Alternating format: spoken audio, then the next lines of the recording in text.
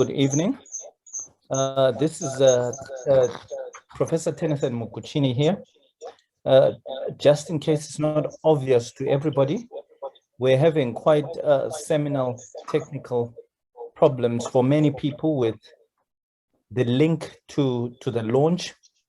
We have a couple of people that are key to the program that are meant to have joined us, but are struggling to come through. So I've just kind of decided to take the reins. I happen to be the lead editor for this text that we're launching today. So just to make sure that everyone's in the right room, we are launching the book titled COVID-19 Interdisciplinary Exploration of Impacts on Higher Education. We will begin by just asking, and I hope that she's still logged in, by asking Dr. Linganiso to come through and just briefly welcome us all and kind of speak us into the occasion. While all this is happening, of course, we're hoping that the rest of the panelists who should be here will join us, and we can get an opportunity to celebrate what has been a great achievement. And ironically, it showcases the very, very fact that COVID-19 has compelled us to rely so heavily on online options that when they do go wrong, we find ourselves wanting in some shape or form. So it's I think the events of this evening spell out the very necessity of this book. I would like to ask Dr. Linda to show that she's indeed connected and turn on her camera or her video, and then we'll proceed thereafter. Thank you. Thank you very much. Thank you so much, Prof Tennyson. This is just to show you that I'm not a robot. A very good afternoon to you all, and a warm welcome to our book launch. So the title of the book that we're launching this afternoon is COVID-19 Interdisciplinary Explorations of Impacts on Higher Education. So I would like to acknowledge Professor Bob from UKZN, the members of African Sun Media, DUT Executive Management Committee members, executive deans, DUT researchers, academics, students, and our friends and guests. A very warm welcome to you all. I am Linda Linganiso, the research director at the Durban University of Technology. So I joined DUT last year in May during lockdown, and I'm very happy to have contributed a chapter to the book that we're launching this afternoon. Of course, the title of my contribution is The Role of African Higher Education Institutions in Driving COVID-19 Response Through Technology Innovations. Of course, it was quite fascinating to discover that the university students in the African continent have been driving developments of technology innovations, starting from mechanical ventilators to medical equipment, PPEs, sanitizers, as well as smart digital solutions to boost online trading, as well as to facilitate online learning for the students in higher education institutions. So there is quite a number of exciting chapters in the book, and I'm quite sure Professor Tennyson will tell us more shortly. So I would like to also inform you that the country was on phase 1 of COVID-19 pandemic when the book was conceptualized last year. And today, the country is on phase 3, level 4. And the things are not looking so good at all, with 22,628 deaths and more than 2 million confirmed cases. However, despite the challenges posed by COVID-19 pandemic, the research performance at the Durban University of Technology has been skyrocketing. And that really talks to the nature of researchers I have at DUT, the type of people I have here, when I'm outside DUT, I call them my own researchers.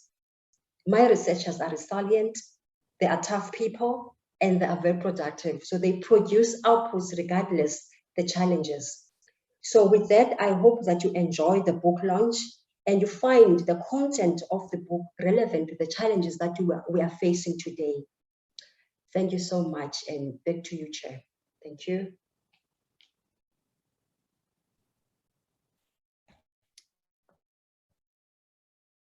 Thank you, Dr. Linda. I think you've appropriately captured the momentum that drove this text, and I think in addition to that, you also correctly identified how, when we began writing about or even conceptualizing this, none of us really thought that we would be talking third wave. None of us thought that we would be talking a wave that's more deadly than anything we've ever experienced.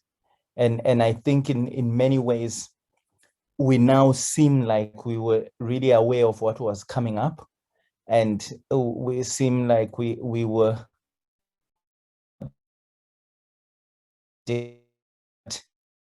really at that time it didn't feel like that. For us at the time, the impetus was that of what some have termed as probably the deadliest public health crisis that the human race has had to deal with in the last 100 years since the flu pandemic. And of course, at the time, we were struck by how deadly it was as a virus. I think within the first 120 days, 243,000 deaths had been reported. You fast forward to the 7th of July, 2021, which is today, and the World Health Organization says we have 184,105,000 confirmed cases. And of these, we are just short of 4 million deaths. We currently have, when I looked at this at 11:30 this morning, we had 3,988,000 deaths. And however you think about this, COVID-19 affected every area of life. So beyond its obvious health impacts, all our long-standing constants like the tourism industry, the health industry, healthcare provision have all been severely changed. I mean, they are not recognizable now. And in the same way, similarly, at the time, we saw what we thought were messages for higher education to consider how this crisis would be. And at that point, we thought, hey, wouldn't it be a novel thing for us to really catch the moment and ask that we have a call, and that call be a call that looks at the impacts at that point and the impacts that people envisaged for life going forward. And that's when we had this call, and from the call we had over 100 abstracts, all of them exceptionally interesting, but we had the difficult job of choosing 10 cutting edge, thought-provoking, and scholarly contentious chapters that form what you now have as the book in front of you. And the topics that the concerns they looked at ranged from how people saw COVID-19 as a platform for us to rethink the way we decolonize our higher education space. There was also, talk about how effective leadership skills and competencies were being called upon to help us survive the COVID-19 pandemic. One of the papers talks about how we we continue to foster social cohesion in spite of this world that talks about us being socially distanced or physically distanced, as people like to refer to it. We then also have papers that look at how COVID-19 has affected historically Black and historically white universities differently. Also, we talk about transitions in the pedagogies that we have long relied on, and how multimodal expectations for teachers have changed the space that we're in. We, along with that, one of the papers looks at assessment challenges. I mean, if you think about the fact that probably 90% of all our student population would attend exams in person and could verify who they are immediately. We are now faced with this scenario where none of them do that, and we have to deal with new methods of developing assessments that are compliant with the expectations of online delivery.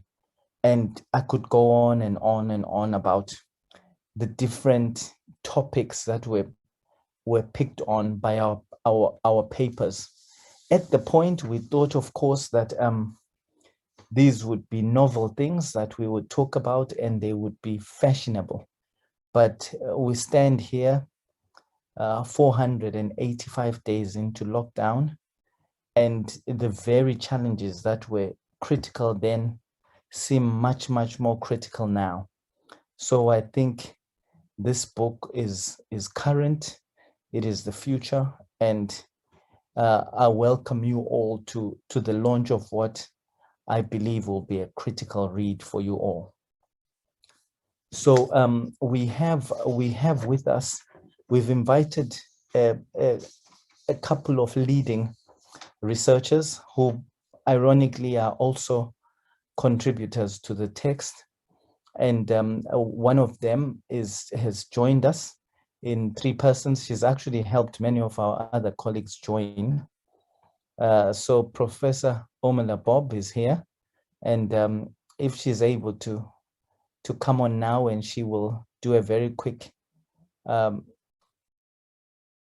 speech to us about issues surrounding the text, and I hope that she might share a little bit about her chapter, so we use it to market this wonderful self-marketing book. But even good products need to be sold. Thank you. Thank you so much, Prof, and to all the colleagues, good evening.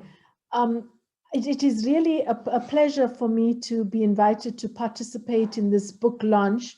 And may I firstly please commend the DUT, Prof. Linda, your team, well done, and particularly the editors for their visionary approach and responsiveness to what quickly became the overwhelming feature of the world we live in, the COVID-19 pandemic. I had the singular privilege of contributing to 2 of the chapters, one that looked at postgraduate training and supervision, and the other that looked at gender justice, social cohesion, and the state of social sciences in the context of the COVID-19 pandemic. And some of the co-authors, I believe, have joined the session as well.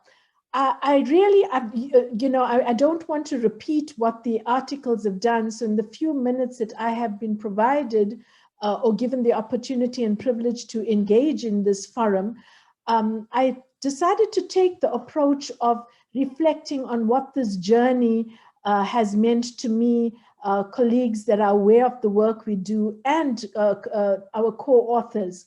And what has become very important, not only in relation to this publication, but other publications from the different perspectives and different disciplinary contexts that has emerged in relation to COVID-19, is that it gave us an opportunity to critically reflect on our own positionalities and the way in which we were trying to cope during a very unprecedented period. Even those of us who thought we had the experience and expertise under our belt were literally caught off guard. And so it is very, very important that these types of publications gave us an opportunity to think through in a very academically coherent way what we were going through and how we can use our own journeys to perhaps inform not only how we deal with the current status quo, but the manner in which we deal with these types of disruptions in the future. I am a geographer and environmental scientist by training, and I can assure you from the field where we come from, and it might sound very, very kind of unusual, but we couldn't be more pleased that a disruption of this scale has happened. Environmental scientists have cautioned and warned the world for some time that climate change is going to be a major disruptor. The fourth IR talk about disruption in a positive way, and our ability of society to anticipate and respond to both the negative and positive disruptors that will become the features of our life as we go forward will be a key indicator of whether humanity is well placed to ensure that the legacy we leave for future generation is not undermined by our inability to address these types of disruptions.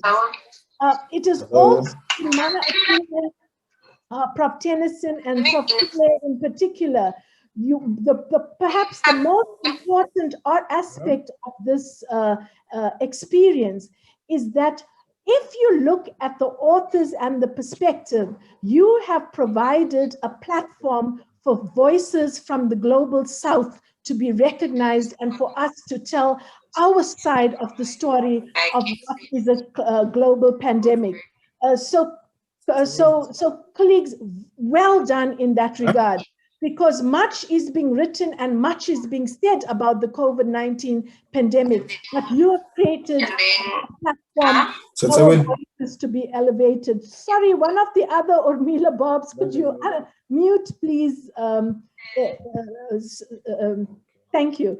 The other aspect that I think is important for me to quickly highlight is that this type of publications allow us with the platform to rethink the way we communicate as researchers with each other and of course with the general public, who I think another positive unintended consequence of the COVID-19 pandemic is the importance of scholarly work and science has been elevated, despite, of course, the attack on science and logic and facts and objective, credible information. It is also elevated to us to question why we undertake research. And I can assure you from a personal perspective, I really have questioned everything I do. I mean, in a world that has gone really crazy, why should I publish articles, spend time publishing articles and get excited if I reach 10 citations? So we really, it has allowed us to self-reflect. And most importantly, on the methodological approaches we take. And in relation to the last point about methodological issues, let me just quickly reflect on the chapter contributions that I participated in. So the one on postgraduate training and supervision, it's co-authored by a lecturer who I happen to be, as I said, a geographer, but a professor in geography and environmental sciences. I'm the University Dean of Research at UKZN. And Dr. Munyan, who co-authored Sibusiso, is a lecturer, and we co-authored with two of our postgraduate students. At the time, at the start, they were master students, they've graduated, and now they are PhD students. And we never heard basically of self-ethnography, etc. We are hardcore looking at remote sensing data and survey-based data, etc. And when we do qualitative research, it is very secondary and supplements what we do.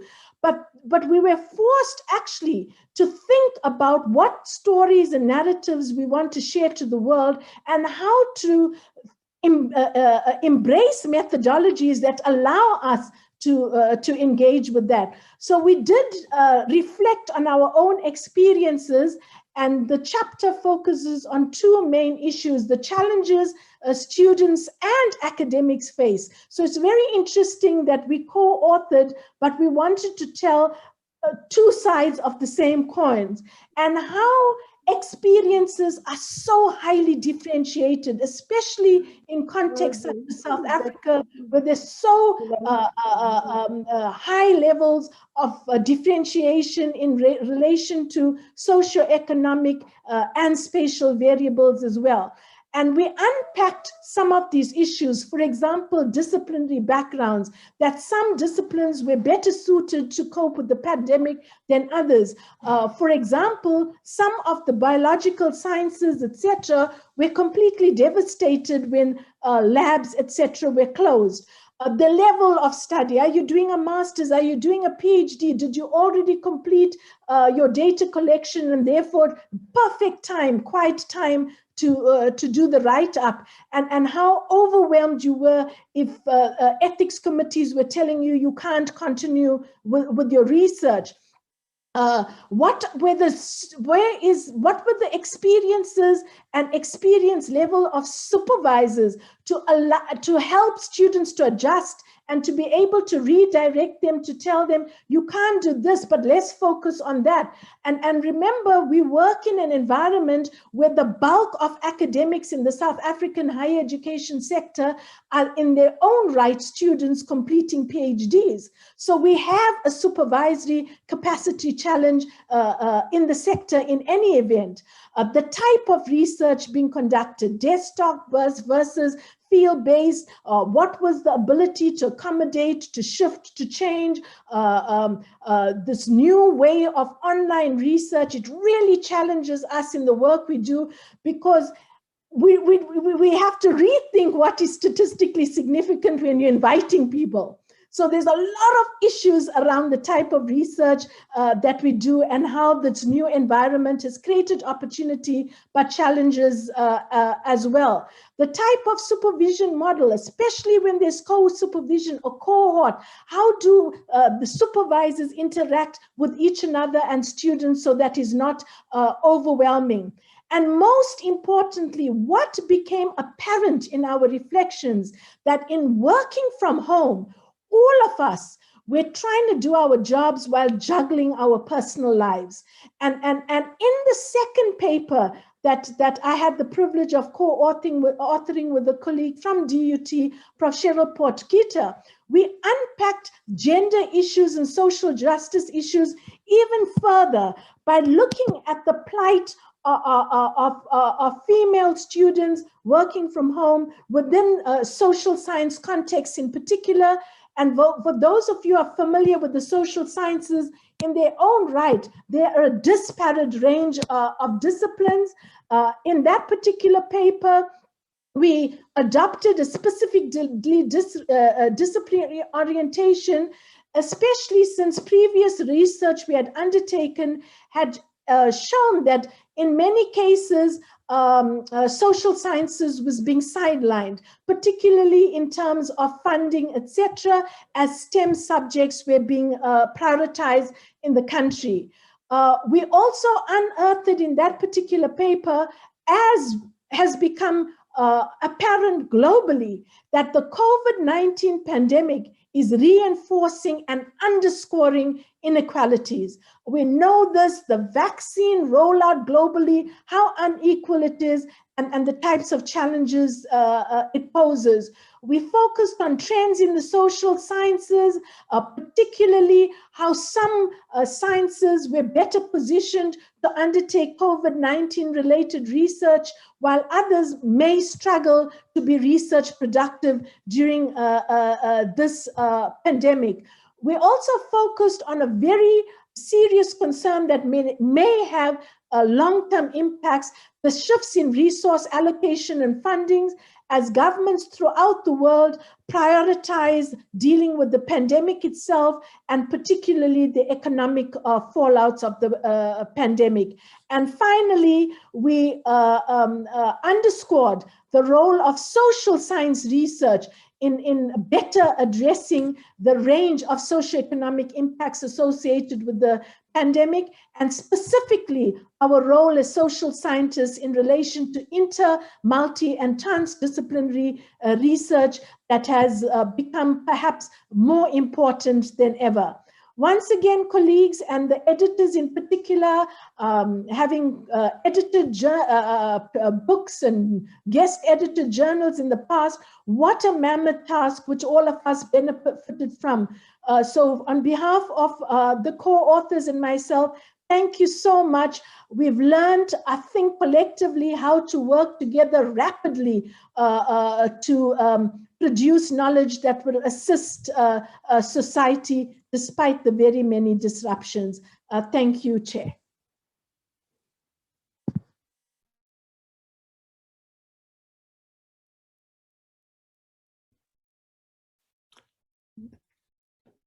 Thank you, Prof. Bob. Folks, I'm wondering whether I've taken, by default, ended up taking Dr. Linda's rightful position as the director of the program. So I should just make sure that she's not holding on to some important responses. No, carry on, Prof.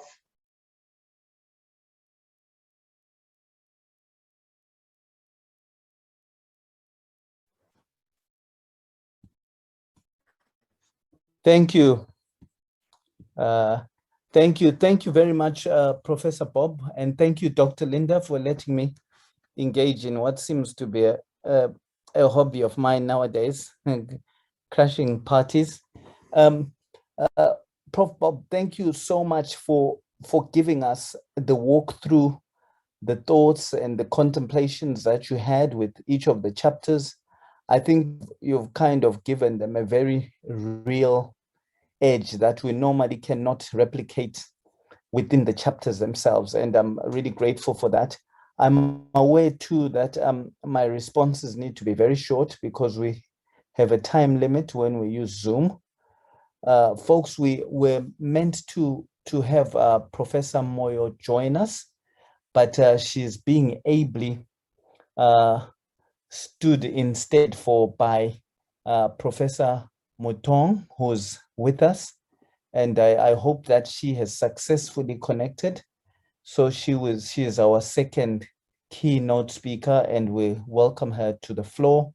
And I don't know if we can just confirm that Professor Mutong is with us.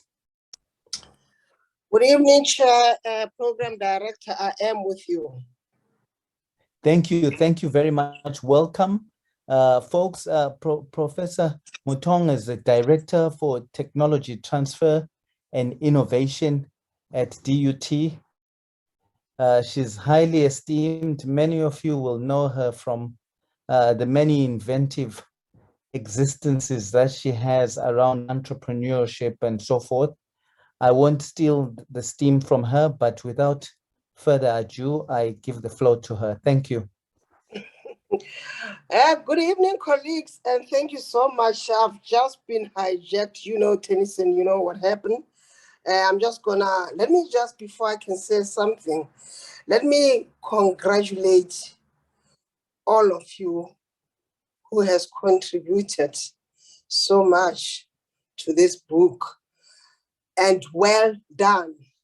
And because this is a real thing, I must say this, having not witnessed such a global pandemic for over a century, given that the last widely history of such was the 1918 influenza pandemic Spanish flu, maneuvering the operation of higher education is bounding to be the challenge, not only for the university management, but also for the entire personnel as well as the students.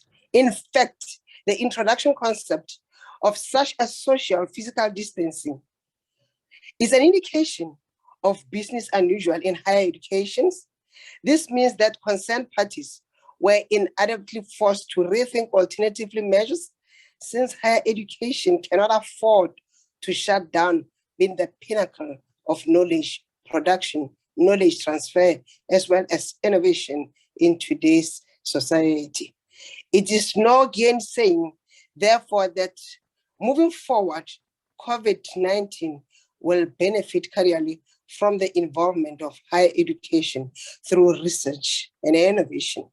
In a nutshell, one can say, of course, I didn't witness the Spanish flu, but the year 2020, I've witnessed the COVID-19, and so many things have changed. And I always tell, COVID-19 has humbled a lot of people.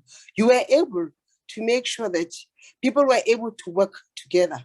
I can quote from my field. I'm a medical scientist by profession, background. And I know during the time before COVID, the clinician, it was not easy for them to work with a scientist, but COVID has taught us a lesson. There's a clinician, as a surgeon, as a researcher, you can work together. That is now COVID-19 has brought that interdisciplinary approach, which has always been lacking, especially in the medical field, because everyone used to think that they are better than the other one. The book, COVID-19 Interdisciplinary Exploration of Impact on Higher Education, brings to fore and the over and the cover observation pertaining to COVID-19 and higher education.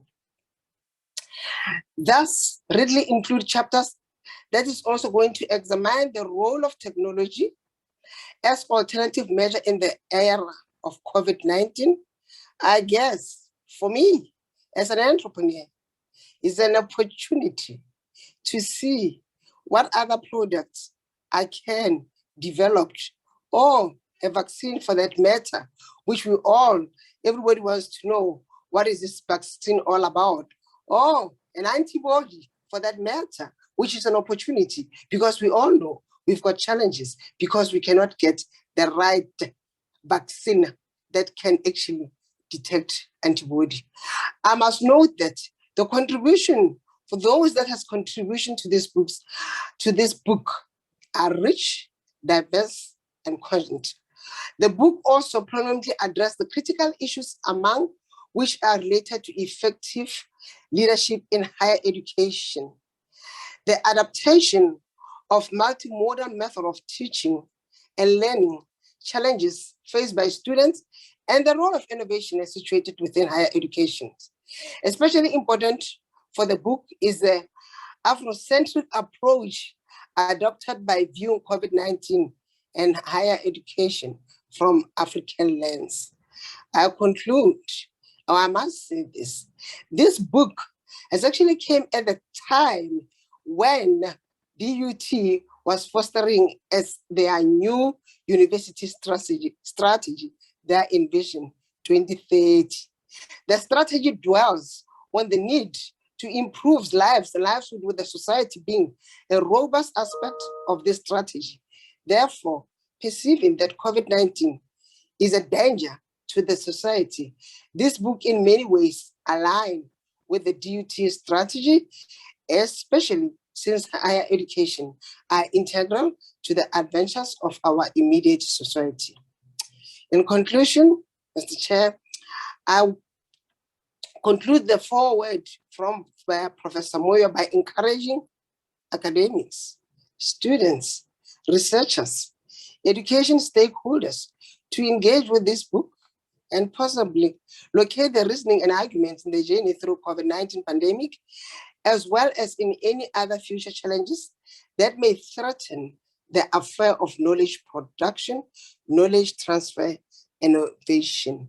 I want to congratulate you again and again Well done, colleagues. We're waiting for the second book that will be now talking about what we have now discovered. Well done. Over to you, Chairperson. Thank you. Thank you. Thanks, Prof Mutong.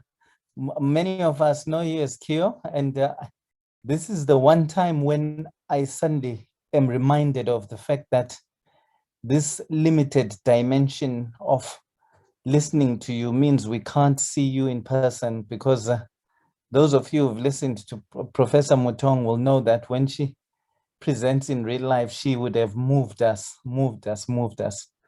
And maybe our next thought is how we deal with adding this dimension that we lose from the presence that people have when they present in real life. But your words and I think the way that you've integrated the current concerns with medical science, with the fact that we really have to now think about the next book, the next challenge, how this book aligns with the current strategic focus of DUT.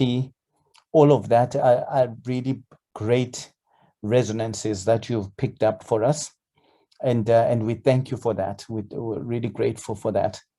Folks, we had originally anticipated that we would be joined also by Professor Sibiya, who unfortunately has some pressing family matters that have pulled her out of being able to participate, but she sent her congratulations to everybody, and also wanted to acknowledge very specifically how the text has managed to engage some people who are first-time authors to really jump in at the very deep end. You know, you're a first-time author writing about an occurrence that's a first-time occurrence that the world has never seen before, and that challenge does not get any more steeper than that.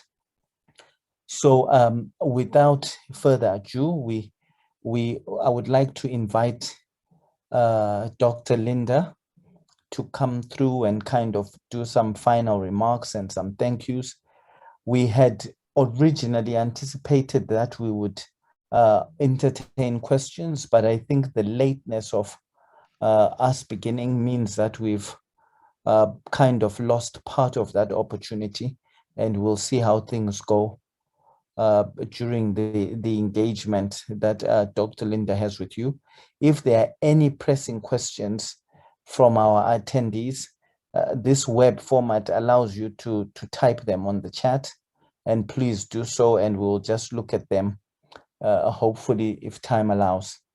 I would like to ask Dr. Linda to please come back onto the stage to offer some words of thanks. Thank you. Thank you so much, Chair. It is my honor and privilege to give the vote of thanks on behalf of all of us. I would like to thank the African Sun Media for organizing for the book launch for us and for making sure that we gather together in this platform to share our achievement with South Africa. Professor Tennyson, thank you so much for giving us an overview of the book, as well as for directing the program. You did a very good job. I would like to also appreciate Professor Bob from UKZN. Thank you so much for your encouragement and also for challenging us to always find reasons for doing the things that we do pertaining to research. And thank you for encouraging us as well to identify and find opportunities in the midst of chaotic pandemic. And I cannot agree with you more. We really need to find opportunities in the midst of chaotic pandemic. Prof Muntawong, thank you so much for your speech, as well as for encouraging us to invent, as well as to identify business opportunities during COVID-19. And I agree, it is time to translate research into products during this time. To the editors of the book, Professor Tennyson, Dr. Kunle Operinde, and Ms. Gavenda Vanesri, thank you so much for the great job you have done, and congratulations. I would like to also appreciate our contributors, all the authors who contributed to the book. We appreciate your time and your contribution and your energy that went into making sure that today we have a book on our desk. Thank you so much. And I would like to appreciate all the people who came to attend the book launch, DUT staff members, our researchers, students. Thank you so much. And with that, Professor Tennyson, back to you. Thank you.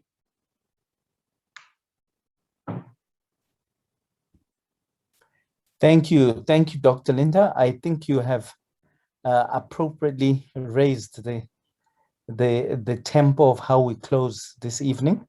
I must apologize once again to everybody for the surprise and unexpected challenges around the platform that we used. And I think we will ensure that we avail ourselves on other platforms if people have specific questions that they would like to pose to the panelists. Thank you. I thank you again, even though you've been thanked already. And of course, Dr. Linda, I think since your arrival as a director, you've really opened up the scholarly adventure. There's no scholarly task that has come your way that you've turned away from. I'm always in awe of the fact that any forward-thinking thing you do, and usually people who are forward-thinking get their hands and fingers chopped off in private. Some come out of that private space and they make the rest of us pay. Some suffer in silence and continue to fight for the academic project. You are clearly the latter, because I have no doubt that every time you think of these new ideas, someone will be pulling you and saying, look, why don't you do something more boring? Why don't you do this? And as we speak to everyone, we've got another edition actually related to this that's already in the works. And it is another big fight that without Dr. Linda, we'd never ever would not have touched. She's our cool director. Many a time she's sporting a wonderful hat. Today, I don't know how we missed out on that, but we missed them. And of course, the African Sun Media, thank you so very much for agreeing to host this text. And to those of you who have joined us, if you open up the chat, there are some options as well, platforms that you can access this book on. And we really look forward to you reading this. I would recommend it as bedtime reading, but the excitement in it is not likely to make people fall asleep. So I'm in a bit of a dilemma about how to advertise it, but it's certainly something you should read when you still have a lot of think time in the day. So I want to thank you all. And for those colleagues of ours who never quite made it into the webinar, I trust we will share the recording in some shape or form. And the book will explain everything that we hoped we could share with everyone. Thank you. Thank you very much. I think we can shut off now. Good night. Thank you. Thank you so much. Good night. Thank Good you. night. Thank you. Bye.